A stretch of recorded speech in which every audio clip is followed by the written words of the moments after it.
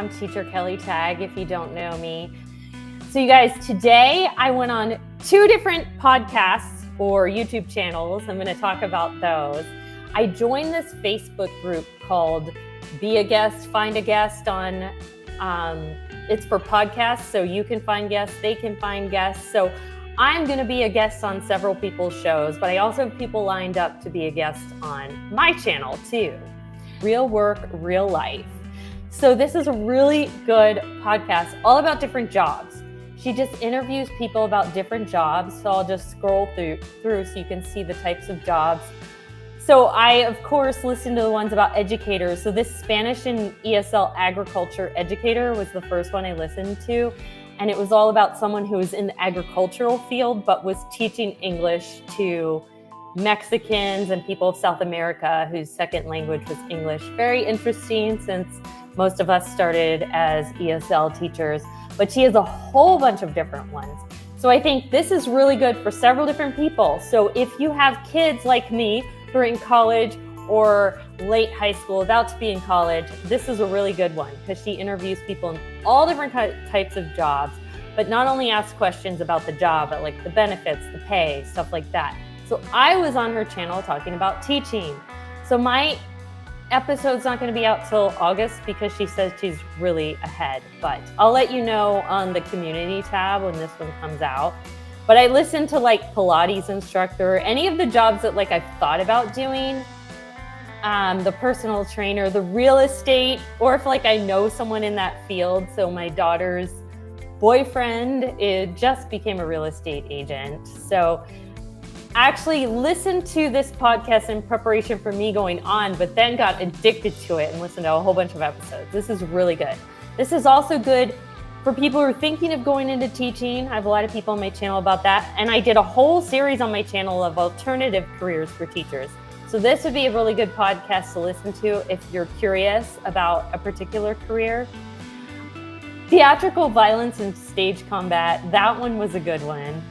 And then I also listen to ones that people I work with. So like I work with occupational therapists at my school, or an occupational therapist will also work with some of the special ed kids that I have.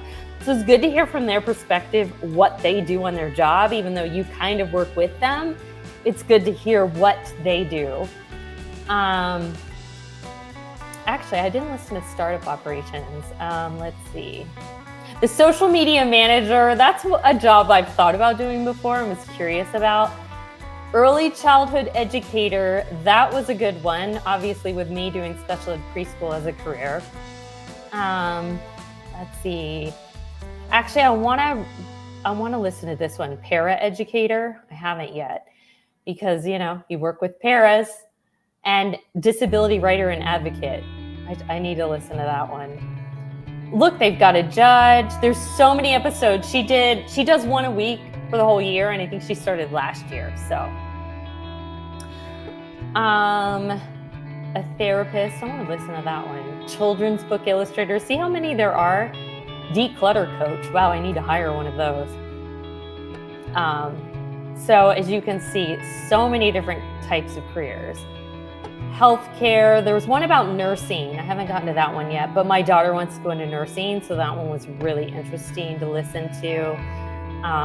So anyways, and let me share another one. So I went on, this is not one I found through the Facebook group. I watched this channel already, and I absolutely love her channel.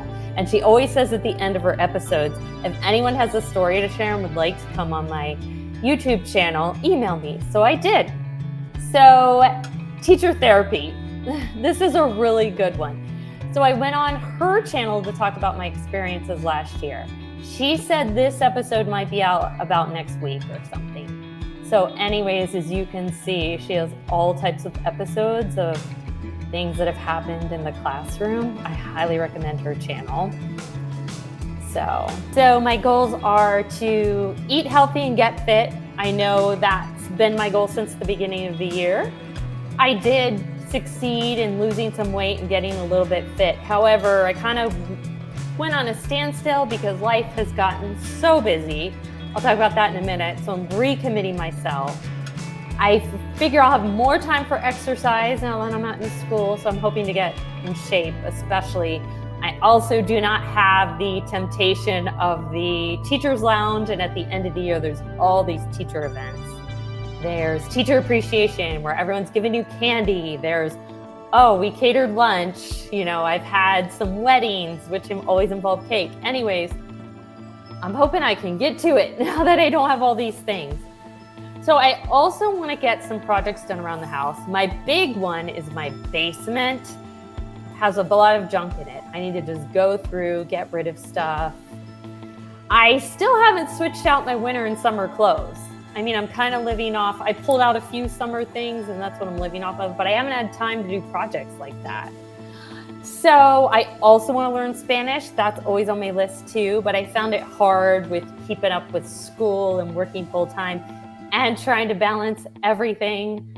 That one went way by the wayside. So recommitting to learning Spanish. I already started playing Duolingo again. If I have time, maybe I'll hire a Spanish tutor such as Evelyn or something again. My goal is just to have a good work-life balance this summer and summer jobs and school. So I am not doing summer school this year. I did not want to do that. I didn't want to make that mistake again. So here are the things I'm doing. I'm working very minimally. I did agree to do private swim lessons for just one family and doing that this Saturday. And I'm not doing summer school, but I did agree to see just a small handful of students who need resource time and they're owed minutes. I told them if I could do it like once a week and cluster the students together, and I get to pick my own schedule and schedule around my vacations. So I'm doing that. I don't work in the county I live in. So I especially said because I have to drive, I just want a few students who all live near each other and I'll go visit. So planning to do that. So tomorrow, 2 days after I'm out of school, my son's getting his wisdom teeth out. So this week was out for even starting to work with those students, because even though the students were out as of last week, us teachers still had to work Monday and Tuesday.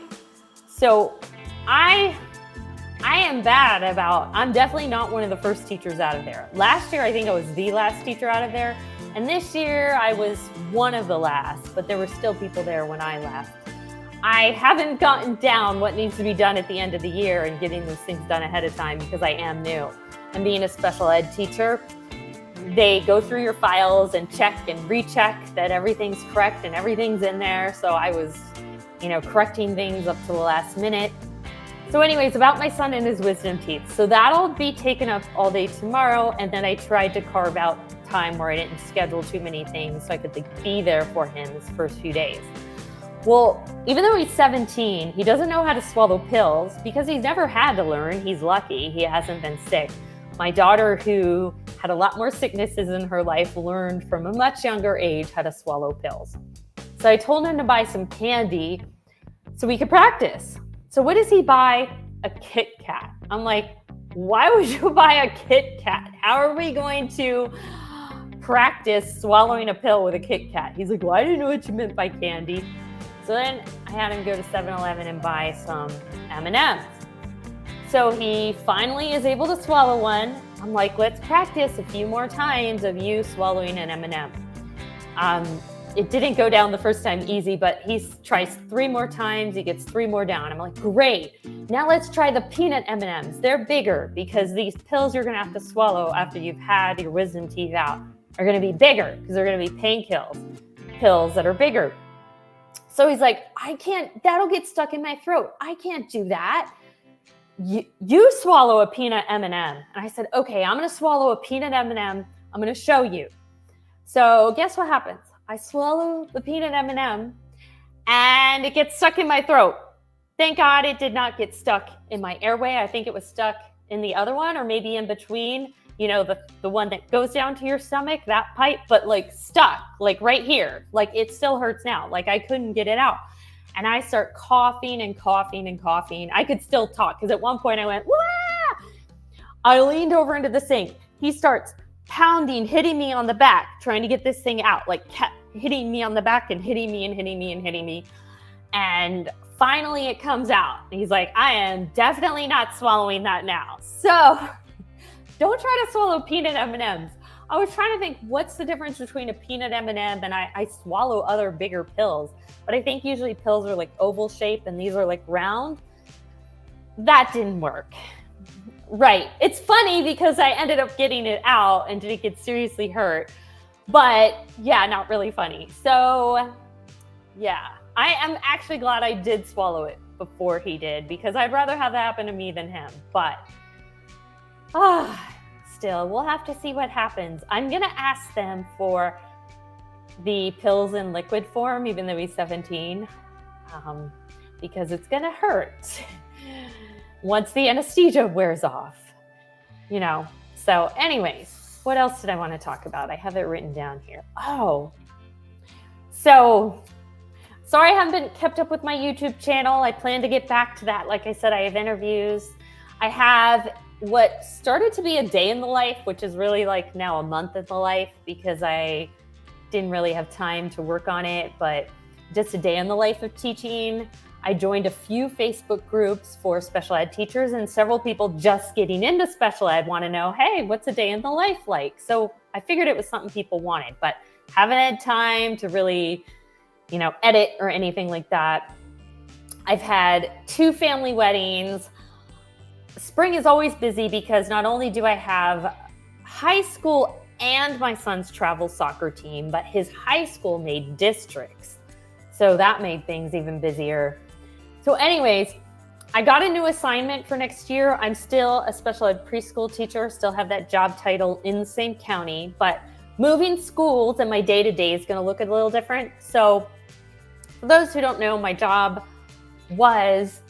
I was an inclusion teacher in a Head Start class. So there was only like 5 of those in the whole county. And so they eliminated that position and then moved me to another school, which is only 10 minutes away. In addition to doing that during the day, I would see resource students in the afternoon. I would go to homes and daycares and work with them one-on-one for about 45 minutes to an hour, depending on what the IEP said. So I enjoy that. I kind of like that I get to work with kids one-on-one, that my day's not the same every day. And so anyways, because there's such a teacher shortage, they're paying extra to teachers if you worked a morning and an afternoon class. So next year, I have a morning class Tuesday through Friday, 2-year-olds. I'm switching to 2-year-olds, I know. I hope I like it. It might be crazy. We'll see. I'm always willing to try things. But I said no to teaching doubles. I didn't want to teach morning and afternoon. I still have 1 more year of my son in high school. I also don't want to be stuck in a classroom all day. I kind of like that I got to leave. There's not too many teaching jobs where you actually get to leave the school. So I was like, nah, I didn't want to do that. So they had so many teachers say yes to teaching this double that they ran out of resource teachers who go and see kids in the community.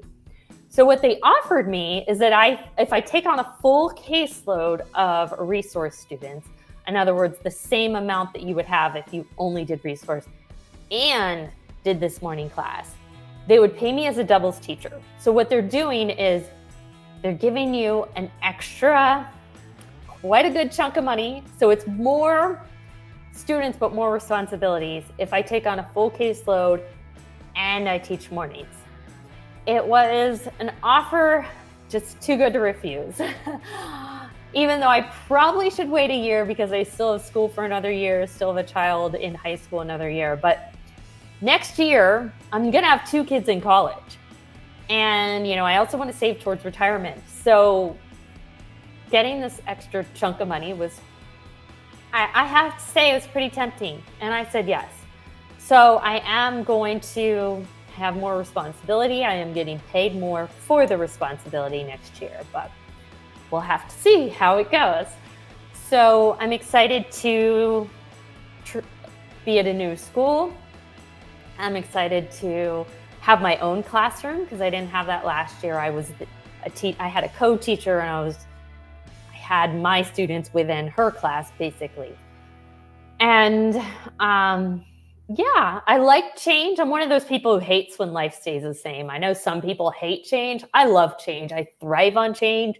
So I'm excited about the change. And, considering in my old school, since I would leave half the day anyway, and preschool's kind of tucked away from the rest of the school, is part of the school, but isn't really, I never got really too attached to any particular people there or anything. So I'm moving on and trying something else. It'll be interesting. I can let you know how it goes. I can do another day of the life in the fall, because even though I have the same job title, my day-to-day will look a little different. So then I can have different videos, like this is what a special ed preschool day can look like, or it could look like this. So anyways, that's what's going on with me. Let's see if I have talked to you about everything I wanted to talk to you about. I think I did. I also plan to do more book studies this summer. Meredith and I already were chatting through Facebook about what books we should talk about next. Cindy and I just finished reading a book about 9/11 we want to talk about soon. So that'll be another thing I do. I'm excited to do YouTube again. I love doing YouTube and I miss it when I can't do it. So I just wanted to come live after school was out and talk to you guys, and excited to get back to it. So thank you for those of you who came here live, Rebecca and Meredith, and thanks to any of you who watched the replay. So I will see you guys. Bye. Thanks for coming.